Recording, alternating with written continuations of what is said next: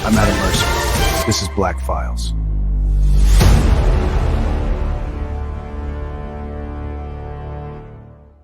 December 26th, 1980. RAF, Woodbridge, Suffolk, England. U.S. Air Force Sergeant Jim Penniston approached a landed craft in Rendlesham Forest. He touched its hull. He described it as warm, smooth, covered in symbols he didn't understand. That night, Penniston's notebook began filling with binary code. Ones and zeros, hundreds of lines.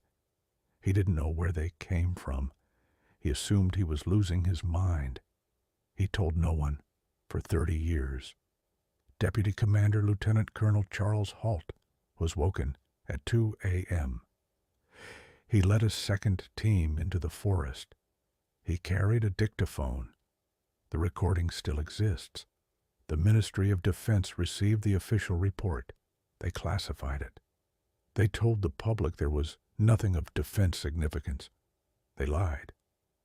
My name is Adam Mercer. I am a Foundation operative, designation Echo 7. 3 weeks ago, the Foundation sent me a sealed file and a set of coordinates. No mission brief, no contact name, just a location in Suffolk and a single instruction typed on plain paper. Do not engage. This is file 006. The file arrived by courier. No return address. Foundation standard, matte black envelope, red wax seal. My designation stamped in silver. Echo 7. Inside was a single page. Grid coordinates for a location in the Rendlesham Forest. A date. 26 days from that moment. And underneath, handwritten, not typed. You already know this place. I didn't know this place. I'd never been to Suffolk in my life. But I pulled the Rendlesham case that night anyway. And I didn't sleep for the next 3 days. Most people know the surface version of Rendlesham. UFO lands in forest near nuclear-armed U.S. Air Force Base. Soldiers see it, file report. Government buries it. End of story. That's not the story. Jim Penniston was the first on scene. He was 28 years old, a trained security officer with 12 years of service. Not a man prone to fantasy, not a man who invented things. He and his partner, Airman John Burroughs, followed lights into the forest at approximately 1 a.m. What they found was not a crashed aircraft, not a drone, not ball lightning. Penniston described a triangular craft approximately 9 feet across, black, glassy surface, completely silent, hovering approximately 3 feet above the ground. He walked around it. He said he felt a static charge building as he got closer, like the air itself was pressurizing. He reached out and touched the hull. He said the symbols ran beneath the surface like they were alive. Penniston stood at that craft for 45 minutes. In his conscious memory, he believed he was there for less than 5. When he emerged from the forest, 2.5 hours had passed that neither he nor Burroughs could account for. That night, his hand began moving across his notebook, writing binary code. He had never studied binary. He did not know what he was writing. He filled 16 pages before his hand stopped. He decoded those pages in 2010. The binary message read, Exploration of Humanity, 52.094, 2532 North, 13.131269 West. Eyes of your eyes. The coordinates translate to a location in the Irish Sea. I looked at those coordinates for a long time. The Irish Sea is 40 miles from the Isle of Man. The following night, Lieutenant Colonel Halt led a second team into the forest. He was methodical, military. He brought a dictaphone because he wanted documentation. The recording is public. You can find it. I'm going to tell you what's on it that most people skip past. Halt's team found the landing impressions, 3 indentations in a triangular formation. They took radiation readings. The levels were significantly above background at the landing site and in the treetops directly above. Then Halt describes a red sun-like light through the trees. It moves, it pulses, it throws off smaller white orbs. One of those orbs divides into 5 separate objects and disappears. And then Halt says something in a voice that is entirely unlike anything else on that recording. The voice of a deputy base commander, a man who does not rattle. He says, quietly, "It appears to be sending a beam of light down to the ground." That beam hit the ground 12 feet from where Halt was standing. The MOD received his report. Their official response stated there was no evidence of a threat to national security, and no further investigation was required. I've worked for the Foundation long enough to know exactly what that language means. It doesn't mean nothing happened. It means something happened that they had already dealt with through a different channel, a channel that doesn't write reports, a channel like the Foundation. I spent 3 days going through everything I could access: the Halt memo, the Peniston testimony. The MOD released files from 2009, the witness accounts from 8 separate airmen across both nights. And then I found it, buried in a Foundation internal cross-reference document from 1994. A single line under a subsection titled Rift Event Classification. Rendlesham, 1980, Class 3 Rift Event. Contained. Monitor assignment ongoing. Echo 7 protocol pending activation. Echo 7 protocol, my protocol. Written 14 years before I first made contact with the Foundation. I sat with that for a long time. Then I packed a bag, put the coordinates into my phone, and started driving south. Suffolk at night is flat, endless, dark in a way that cities make you forget darkness can be. No ambient glow on the horizon, just road and trees and the sound of the engine. I left London at 11. By the time I crossed into Suffolk, the radio had started cutting out, static in patterns that weren't random. I turned it off after the 3rd time. The scar started at Ipswich, not the dull background pulse I'd gotten used to since Michigan. This was directional, like a compass needle. Every time I drifted slightly off the route, it eased. Every time I corrected back toward the coordinates, it intensified. Whatever was at Rendlesham, it knew I was coming before I arrived. I parked at the East Gate perimeter at 2:09 a.m., exactly 25 minutes earlier than the original 1980 incident. I don't believe in coincidence anymore. The gate should have been empty. My brief said solo site assessment, no Foundation presence. The brief was wrong. 2 operatives stepped from the tree line as I killed the headlights. Full black tactical gear, no insignia, no visible weapons, but the way they moved told you everything you needed to know about what was underneath the jacket. The taller one raised a hand. Echo 7, you're early.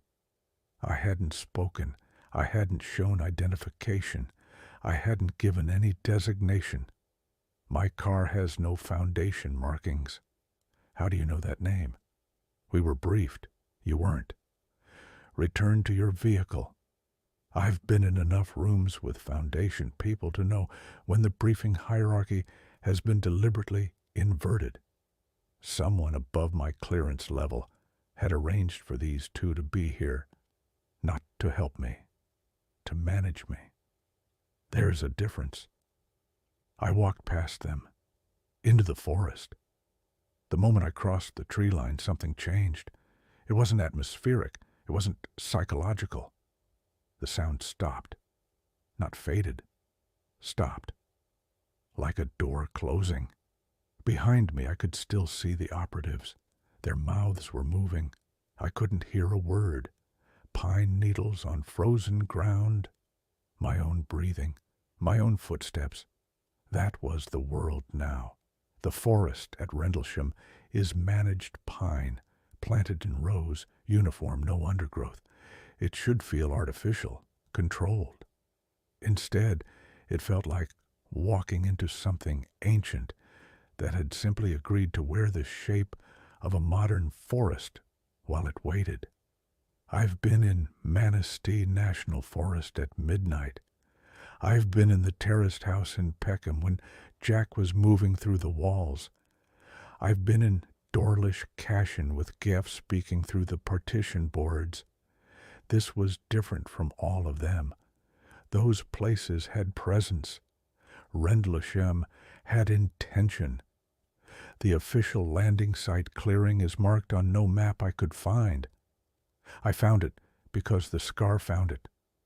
40 meters off the main path, through a section of trees that had been deliberately replanted at some point. The newer growth was obvious if you knew what to look for. The original 1980 impressions are long gone, officially. What I found were 3 new depressions, shallow, roughly 8 inches deep, in the same triangular formation as the original landing report. The frozen ground inside each depression was darker than the surrounding soil, not scorched, compressed, as if something enormously heavy had rested there very recently. Recent enough that the frost hadn't fully reformed inside the impressions. I crouched at the nearest one. The scar was burning now. The veining under my left forearm had spread since Michigan. Another thing Foundation told me would stabilize and hadn't. Blue light, faint but visible, pulsing at a frequency I couldn't control. I placed my palm flat on the compressed earth. The forest disappeared. December 1980. Same clearing. I could see it with a clarity that had nothing to do with memory because I was never here. This was something else. Something the rift left, recorded in the ground itself, like a scar of its own. 3 airmen, frozen at the clearing edge. Young, terrified but trained. They weren't running. They were holding position while every instinct screamed at them to go. The craft. 9 feet across, triangular, black surface so smooth it looked wet. No seams, no joins.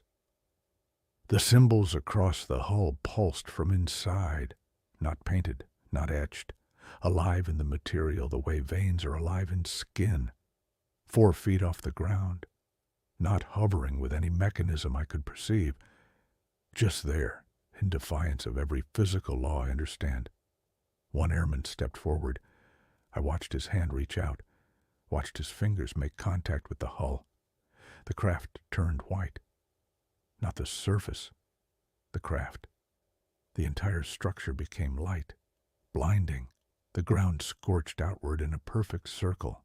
The trees at the clearing edge burned from the inside, the damage invisible from the outside, the way some things are damaged, completely, invisibly, from within.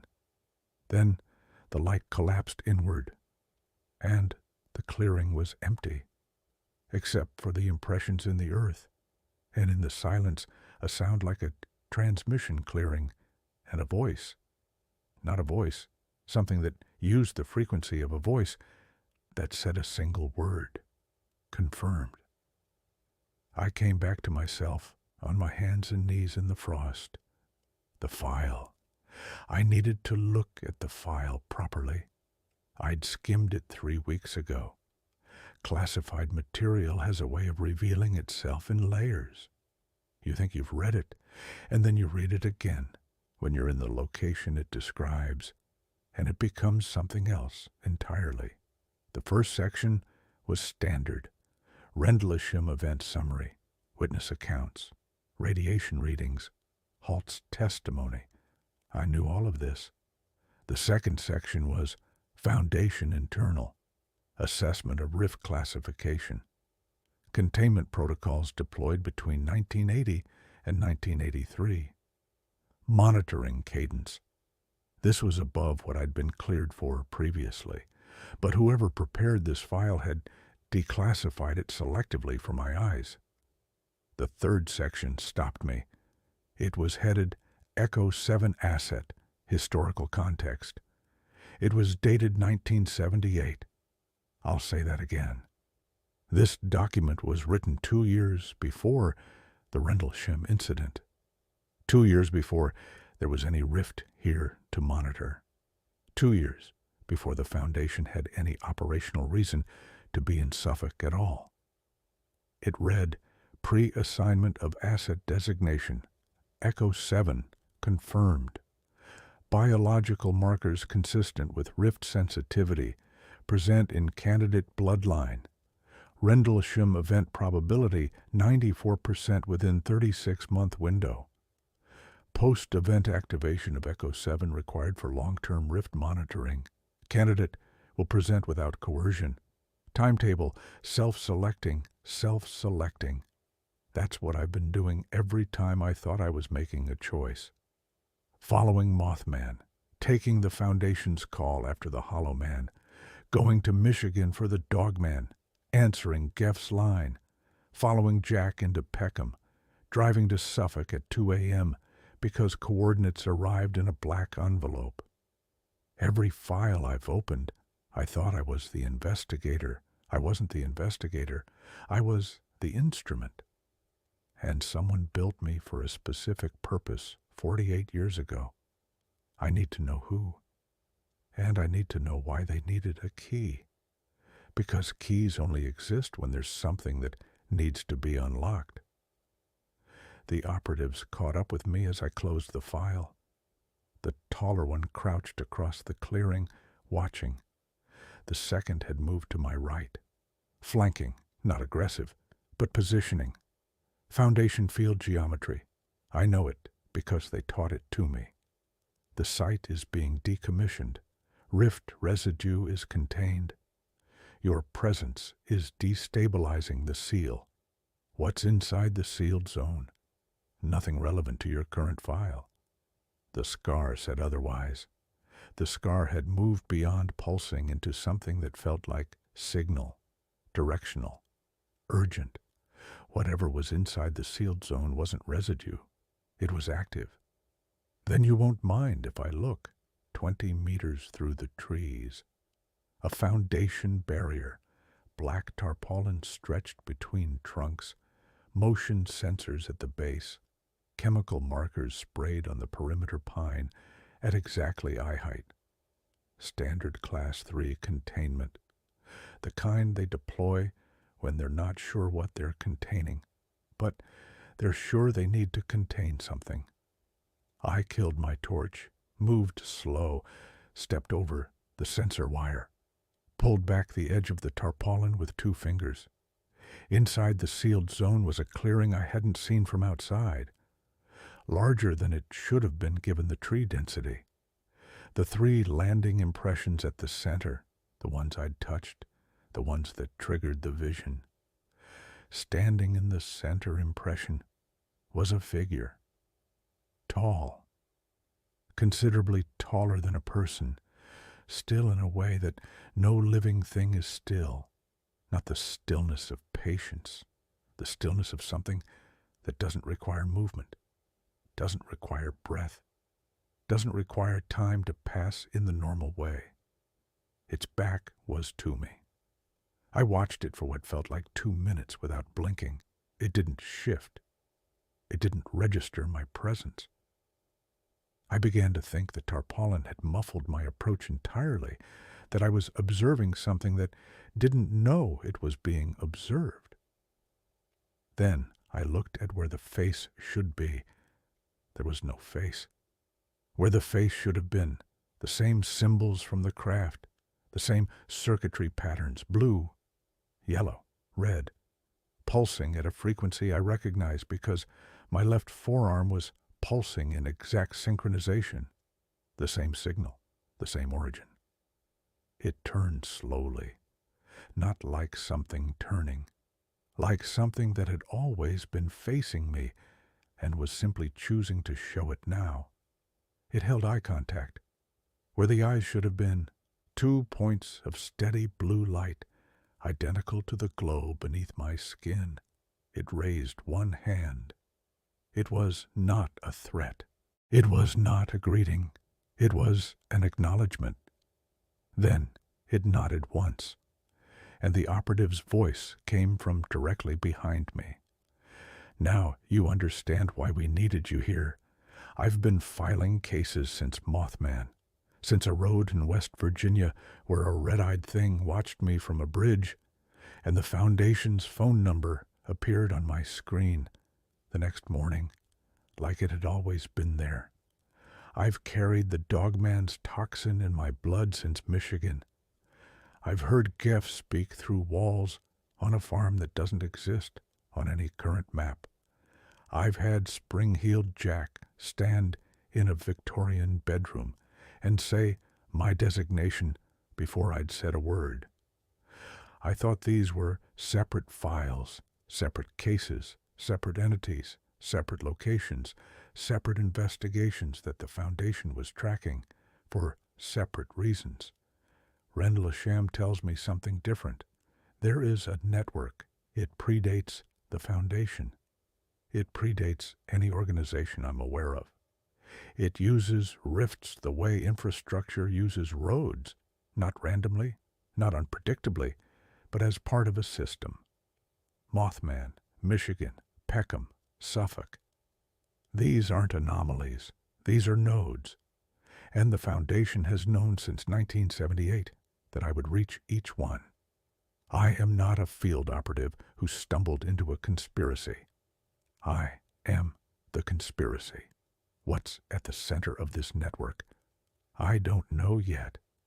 What it wants from a late 30s ex-military investigator with scar tissue that syncs to a 45-year-old rift signal, I don't know yet. But the entity in that sealed zone nodded at me like I was expected, and I've been expected since before I was born. File 006. Rendlesham. Foundation status. Compromised. The hunt continues. Black files. It was not a greeting. It was an acknowledgement. Then it nodded once, and the operative's voice came from directly behind me. "Now you understand why we needed you here. I've been filing cases since Mothman, since a road in West Virginia where a red-eyed thing watched me from a bridge, and the Foundation's phone number appeared on my screen the next morning, like it had always been there. I've carried the dogman's toxin in my blood since Michigan. I've heard Geff speak through walls on a farm that doesn't exist on any current map. I've had Spring-Heeled Jack stand in a Victorian bedroom and say my designation before I'd said a word. I thought these were separate files, separate cases, separate entities, separate locations, separate investigations that the Foundation was tracking for separate reasons. Rendlesham tells me something different. There is a network. It predates the Foundation. It predates any organization I'm aware of. It uses rifts the way infrastructure uses roads, not randomly, not unpredictably, but as part of a system. Mothman, Michigan, Peckham, Suffolk. These aren't anomalies. These are nodes. And the Foundation has known since 1978 that I would reach each one. I am not a field operative who stumbled into a conspiracy. I am the conspiracy. What's at the center of this network? I don't know yet. What it wants from a late 30s ex-military investigator with scar tissue that syncs to a 45-year-old rift signal, I don't know yet. But the entity in that sealed zone nodded at me like I was expected, and I've been expected since before I was born. File 006. Rendlesham. Foundation status compromised. The hunt continued.